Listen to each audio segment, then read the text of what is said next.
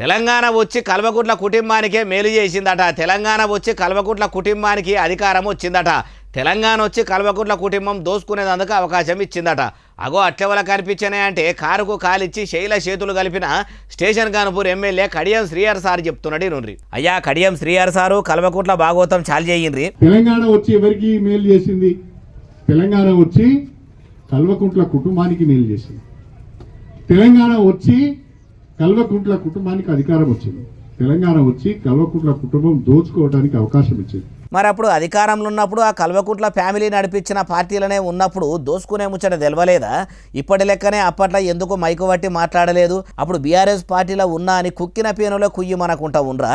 అది సరే కానీ ఇప్పుడు ఇట్లా ఎందుకు చెప్పాలనిపిస్తున్నదో మీకే ఎరుకుండాలి. ఇంకేమైనా చెప్తారా?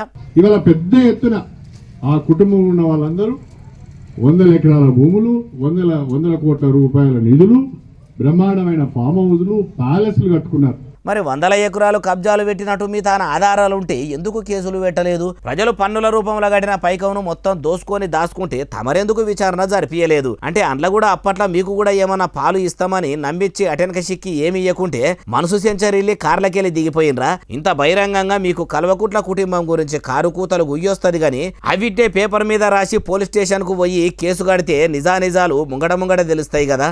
అట్లా చేయకుండా మీరు ఇట్లా ఉత్తగా పొద్దుపోతే ఏమొస్తుంది? ఏం రాదు.